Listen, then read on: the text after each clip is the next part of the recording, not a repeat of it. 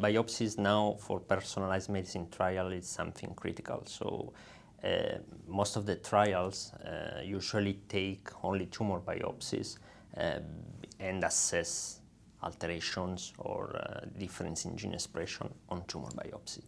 And in the WINTHER trials, what we did is something different. It was an innovative study because we wanted to see how the tumors compare to the normal tissue in terms of gene expression and decide the treatment based on this difference in distance between tumor and normal. The rationale was that although this is very challenging because you have to do 2 biopsies in 2 different sites, the rationale was that each patient has its own genetic background. And it's important to take this into consideration and exclude this from a possible treatment decision. We want to see the tumor, we don't want to see the genetic background. That is a noise in this case.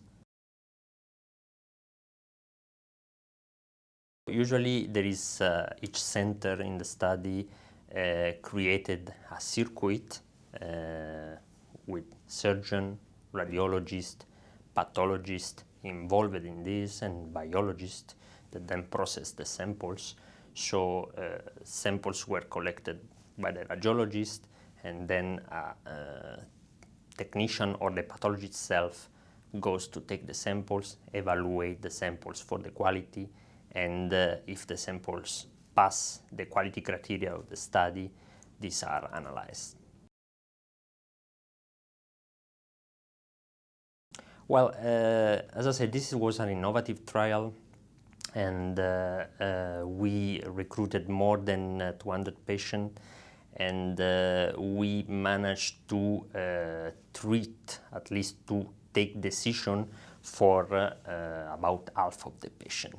And we observed a big attrition rate here due to these dual biopsy procedures because of many reasons that one of the 2 sites it's not biopsiable, either the tumor or either the normal site, or the biopsy was not correctly performed because the content in the tumor cellularity was not sufficient for analytical purpose, or the quality of the biopsy was not good enough to perform downstream analysis. We struggled a lot before finding the right way to do it, and at the beginning of the study, during the first months, we had a failure rate that was close to 40% correlated to the biopsy failure, and we now, after 2 years, we are now below 10% of failure rate. So this is a great improvement. There are few lessons that can be learned from these studies. First, that collecting fresh biopsy